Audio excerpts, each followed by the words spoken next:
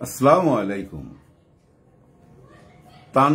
তাণ্ডব ছবির একজন সহকর্মী আমাদের মনির নাম মারা গেছেন, কাজ করতে গিয়ে মারা গেছে। দেখেন, এরা খুব রিক্সি শট দেয় সব সময়। আমরা নায়কদেরকে দেখি অনেক সময় গ্লাস জাম্প করে চলে আসতেছে বা ছাদ থেকে লাফ দিতেছে, বিভিন্ন রকম রিক্সি শট দেখি, কিন্তু আসলে ওগুলো নায়ক থাকে না। নায়কের জায়গায় একজন ডামি ম্যান থাকে, ওই নায়কের কাপড় চোপড় পরাইয়া তাকে দিয়ে ওই শটগুলা দেওয়া হয়। ওই কাজটাই করতো মনির। আর এরা সবসময় ওই ফাইট ডাইরেক্টরের হাত ধরেই ফিল্মে আসে, এটাই শিখছে তারা, রিক্সি শট দেওয়া। এখন তো ধরেন আধুনিক জগৎ, অনেক ব্যবস্থা আছে।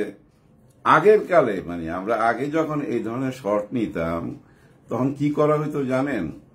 ওই যে ছালা আছে না, ছালার বস্তা কিনে ওইটার মধ্যে কারণ বাজার থেকে খ্যার কিনা হইতো। ওই খ্যার ভইরা ছালার মুখ বেঁধে এরকম 20-25টা ছালা একসাথে রেখে ওর উপরে জাম করত। হ্যাঁ, এখন ব্যবস্থা রাখছে, তাণ্ডব টিমও সব ব্যবস্থা রাখছিল, কিন্তু অ্যাক্সিডেন্ট ইজ অ্যাক্সিডেন্ট। মৃত্যুর উপর কারো হাত থাকে না, কে কোথায় কিভাবে মারা যাবে এক উপরওয়ালা জানে। মনিরের রুহের মাগফিরাত কামনা করি। অনেকে বলতেছে যে এটা নিয়ে গোপন করার চেষ্টা করা হয়েছিল, মনিরের মৃত্যুটাকে গোপন করার চেষ্টা করা হয়েছিল। না না, এরকম কিছু করা হয় নাই। রায়ান রাফি সঙ্গে সঙ্গেই ব্যবস্থা করছে। আসলে ও যখন কাজটা করছে, শটটা দিছে, শট দেওয়ার সঙ্গে সঙ্গেই অসুস্থ হয়ে পড়ে নাই, একটু হালকা চিকিৎসা করার পর সুস্থ হয়ে গেছে, সবার সঙ্গে হাসি খুশি কথাবার্তা বলছে। ঘন্টা দুয়েক পর আবার পেইন উঠছে, খুব কাছাকাছি ছিল হাসপাতাল, আউটডোরে আছে ইউনিট। হাসপাতালে নেওয়ার পর বাঁচে নাই আর কি। তারপরে আলফা টিম থেকে, তাণ্ডবের টিম থেকে যে প্রডিউসার শাহরিয়ার নাজিম উনি এবং আমাদের রায়হান রাফির টিম সবাই লাশ ঢাকায় পৌঁছাইছে, ওনার বাড়িতে পৌঁছাইছে, দাফনের ব্যবস্থা করছে, সবই করছে। হ্যাঁ, অনেকে আবার বলা বলি করতেছে যে শাকিব খান কেন একটা স্ট্যাটাস দিল না, জানাইলো না যে ভাই আমাদের একজন কর্মী মারা গেছে তাণ্ডব ছবির, কেন জানাইলো না?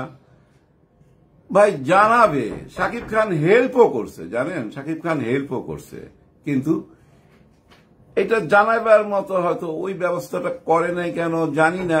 জানাইলে ভালো করতো, হ্যাঁ জানাইলে ভালো করতো। ধরেন, আরে কে, একটা মিনিট, সরি, একটা মিনিট।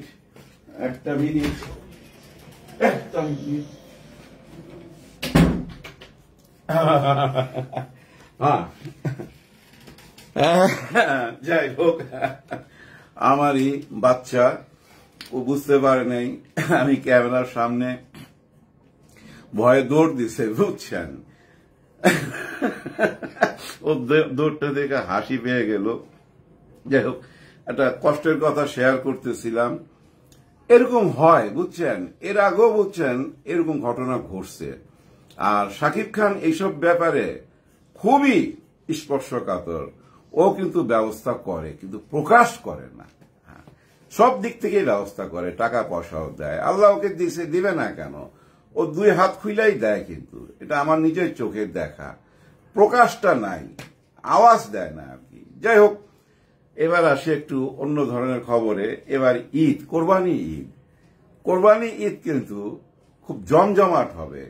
কারণ কি জানেন? এবার কোরবানির ঈদের ছুটি 10 দিন অলরেডি সরকার ছুটি ঘোষণা করছে। খুব সম্ভব 5ই আগস্ট থেকে 15ই আগস্টে হয়তো খুলবে, বা 14ই আগস্ট, 9 থেকে 10 দিনের একটা ছুটি। তার বুঝেনি তো, সিনেমার ব্যবসার জন্য খুব বড় একটা সুখবর। ছবি আসবে 4-5টা, এর মধ্যে সবাই আমরা তাকায় আছি প্রথমে তাণ্ডবের দিকে, যেহেতু শাকিব খান আছে, শাকিব খান একজন সুপারস্টার। আবার তাণ্ডব ছবি নিয়েও কিছু কথাবার্তা চলতেছে, যেমন ওই যে শুটিং এর ফাঁকে ফাঁকে কিছু লিক হয়, বুঝছেন। এটা কোনো ক্ষতিকারক কিছু বলে আমি মনে করি না ব্যক্তিগতভাবে। একটা টাইম ছিল জানেন, আমরা নিজেরাই ওই যে সিকোয়েন্সের দৃশ্যগুলা ক্যামেরাতে বন্দি কইরা ওগুলা আবার ধুয়া টুয়া ওই যে আগের সিস্টেমে পত্রিকা অফিসে পাঠাইতাম যে ভাই আমার ছবির এটা একটু ছাপায়েন। আপনারা দেখতেন না যে বিনোদনের পাতা, ইত্তেফাক, ইনকলাব, বিভিন্ন পত্রিকায় বিচিত্রা, চিত্রালী, পূর্বাণী আমরা রিকোয়েস্ট করতাম সাংবাদিকদেরকে, আবার কেউ না ছাপাইলে মুখ কালো করতাম। আর এখন বর্তমানে জানেন সবাই সাংবাদিক, সবাই রাতে একটা মোবাইল, যেখানে শুটিং। আর শাকিব খানের শুটিং হইতেছে কোথাও, আশেপাশে জেলা থেকে মানুষ চলে আসবে বাসে কইরা, বুঝছেন, বাইকে কইরা চলে আসবে, যে যেভাবে পারে এক নজর দেখার জন্য তার প্রিয় আর্টিস্টকে সে দেখতেই চাইবে। আমি যখন ফিল্মে আসি নাই, আমার কাজই ছিল জানেন এফডিসির গেটের দাঁড়ায় থাইকা রাজ্জাক ভাইকে দেখা। রাজ্জাক ভাইয়ের জন্য পাগল ছিলাম, হিরো রাজ্জাক কখন আসবে, কবুরি ম্যাডাম, রোজি, এদেরকে দাঁড়ায় দাঁড়ায় দেখতাম ভাই। এক নজর দেখতে পাই, আবার ওইটা মহল্লা যায়া সন্ধ্যার সময় আড্ডার মধ্যে সবাই বলতাম, জানো রাজ্জাক ভাই না আমার দিকে তাকাইছে। ওর আবার খোঁচাইতো, ভাই বেটা তোর দিকে তাকাইছে নাকি, তোর দিকে তাকাইবেন, তোর চিনে? আমি বলি না, এদিকে তাকাইছে, মনে হয় আমার দেখলো আর কি। ওইটাই আলোচনা করতাম। একবার ঘটনা বলি, এই যে গুলশান আজাদ মসজিদটা আছে না, আজাদ মসজিদের সামনে একটা পার্ক আছে, দেখবেন 2টা কামান রাখা আছে, এখন আছে কিনা জানি না। ওইটা একটা পার্ক ছিল, ওখানে প্রচুর ছবি শুটিং হইতো, প্রচুর ছবি। তো ওইখানে কি জানি ছবির নাম সন্তান না কি আমার মনে নাই, শুটিং হচ্ছিল। তো নায়ক নায়িকেরা রাজ্জাক ভাই আর কবুরি ম্যাডাম ছিল। তা আমরা তো দূরে দাঁড়ায় দেখতেছি, তো কবুরি ম্যাডাম পানি খাইতে চাইছে, তো 1 গ্লাস পানি তাকে দিছে। উনি বোধ হয় পানির 1 গ্লাসের মনে হয় অর্ধেক খাইছে, তো বাকি পানিটা আবার ফেরত দিছে। ফেলতে যাবে, পানিটা ফেলতে যাবে, ওই থেকে একটা পাশের থেকে একটা লোক বলতেছে, হ্যাঁ আমরা কিন্তু তখন পোলা পান, ওটা একটা মধ্যবয়সী লোক, যে ভাই পানিটা ফালায়েন না, পানিটা ফালায়েন না। ওই প্রোডাকশনের ছেলেটা বলতেছে কেন? ভাই আমাদের জানা আমি খামু। ও দিল এবং খাইলো তৃপ্তি সহকারে, এবং কি যে খুশি সে জানেন।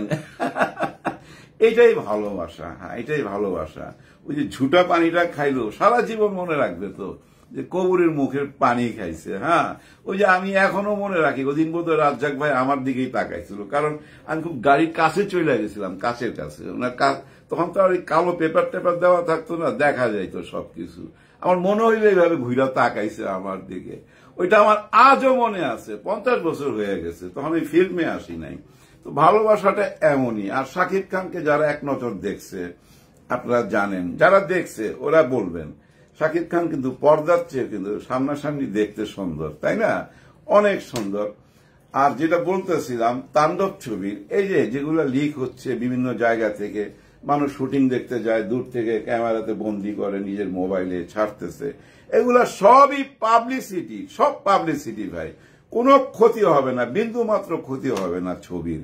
ও তাণ্ডব নিয়ে আরেকটা কথা হচ্ছে যে তাণ্ডব তো সব এখানেই শুটিং করতেছে, এফডিসি তে শুটিং করলো দেখলাম। এফডিসি তে শুটিং করা মানে এটা কি লো বাজেটের ছবি? না রে ভাই, এফডিসি তে যে ফ্লোরে শুটিং করছে ওইটা 2 নম্বর ফ্লোর। এই ফ্লোরের ইতিহাস আছে, আপনারা অনেকে জানেন না। এরকম একটি ফ্লোর সাউথে আছে, বোম্বেতে নাই, কলকাতাতে নাই, অন্য কোনো ইন্ডাস্ট্রিতে নাই। দিলীপ কুমার সাহেব, ভারতের মহানায়ক দিলীপ কুমার সাহেব যখন আসছিল বাংলাদেশে, তখন এই 2 নম্বর ফ্লোরে ঢুকছিল। ওই দিন আমারও সৌভাগ্য হয়েছিল হাত মিলাবার। এই 2 নম্বর ফ্লোরেই আয়োজন করা হয়েছিল ওনার জন্য একটা অনুষ্ঠান, ওনার সম্মানে। তো 2 নম্বর ফ্লোরে ঢোকার সময় না উনি উপরের দিকে এভাবে তাকাইছে, চারিদিকে দেখতেছে, দেখে ওনার মুখ থেকে একটা শব্দ বাইরে এসেছে জানেন, ওয়াও ইতনা বড়া। হ্যাঁ মানে উনি অবাক হয়েছে যে এত বড়। পাশের থেকে কোন একজন সাংবাদিক তখন প্রশ্ন করছিল যে আপনার দেশে কি নাই? কেন আমার বোম্বেতে নাই, সাউথে আছে, আমার বোম্বেতে এরকম বড় ফ্লোর নাই। তো এবার ভাইরা দেখেন কোন ফ্লোরে শুটিং করছে। ওই ফ্লোরে একসাথে 3টা ছবির সেট পড়ে, 3টা ছবি শুটিং করতে পারে, এই পাশে মাঝখানে। বিশাল বড়, বিশাল বড়। আমার এই যে দুর্জয় ছবিটা যারা দেখছেন, ওই ইলিয়াস কাঞ্চন আর শাবানা ম্যাডামের ওই গানটা, হাওয়ায় উড়ে হাওয়ায় ঘুরে কত রঙের ঘুড়ি, এই না জগৎ জুড়ি, ওই গানটা কিন্তু ওই সেটে, ফ্লোরটা ওই সেটে, বিশাল বড়। কিন্তু আবার ঘৃণা ছবির ওই যে লাস্ট রেল স্টেশনটা এই 2 নম্বর ফ্লোরে। অনেক ভাড়া ভাই, এটা জানেন না, অনেক ভাড়া, 3 বেলার, অনেক খরচ। আর এই সেটের মধ্যে একটা মানে এই ফ্লোরের মধ্যে একটা সেট ফেলতে গেলে বুঝছেন মিনিমাম 15 থেকে 20 লাখ টাকা লাগবে বর্তমানে। আগে কম লাগতো, 3-4 লাখ টাকা। আমার ওই টাইমে 3-4 লাখ টাকা খরচ গেছে, এখন 20-25 লাখে পৌঁছাইছে। এটা কিন্তু সেন্ট্রাল এসি, কিন্তু অনেক কারেন্ট বিল আসে। সো এই ফ্লোরে শুটিং করা মানে লো বাজেটের ছবি, আর এই দেশের ছবি এই দেশেই তো শুটিং হবে। বর্তমানে আমাদের ভারতের সঙ্গে একটু সম্পর্ক নটখটে না, এখন ওনারা যদি যায় শুটিং করতে পারবে, প্রবলেম হবে না। সামনে ঈদের আর কয়দিন বাকি আছে, তাই না? জুনের 4-5 তারিখে ঈদ, এখানেই শেষ করতে হবে। অথবা কিছুটা অংশ ওনারা থাইল্যান্ডে শুটিং করবে শুনছি, ওখানেও যাইতে পারে। কিন্তু বাংলাদেশের ছবিটা হচ্ছে বলে এটা লো বাজেটের ছবি, ছবির মান ভালো হবে না এটা ভাইবেন না। ছবির মেন কেই জানেন, মেন মানুষটা কে? ছবির ডাইরেক্টর। ওনার দেখার দৃষ্টিভঙ্গি, উনি যে দৃষ্টিতে দেখবে, মনে করেন যে আমরা খোলা দৃষ্টিতে যা দেখি একজন পরিচালক তা দেখে না, কিন্তু উনি ওনার লেন্স দিয়ে, ক্যামেরার লেন্সের মাধ্যমে যেটুক দেখা যায় ওইটুকুই কিন্তু ক্যামেরায় বন্দি করে, আর উনি ওইভাবেই দেখে, তাই না? প্রত্যেকটা সিকোয়েন্স ওইভাবেই চিন্তা করে। ওনার দেখার দৃষ্টিভঙ্গির উপরেই ডিপেন্ড করে ছবিটা কেমন হবে। আর রায়হান রাফিতে পরীক্ষা দিয়ে পাশ করছেই, নতুন করে পরীক্ষা দেওয়ার কিছু নাই। ঈদের আর কি কি ছবি আসতেছে সেগুলো নিয়ে আলোচনা হবে। 10 দিনের ছুটি, সবাই এনজয় করবেন। তাণ্ডবের জন্য শুভকামনা রইল, মনিরের ফ্যামিলির প্রতি সমবেদনা রইল, এবং আমার বিশ্বাস, আমি যেটুক জানি আলফা আইকে এবং রায়হান রাফিকে, ওনারা মনিরের ফ্যামিলির পাশে থাকবে, এবং শাকিব খানও থাকবে।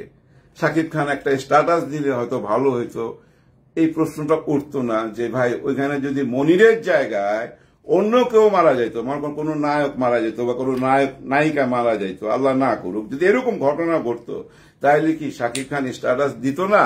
এরকম একটা প্রশ্ন চলে আসে।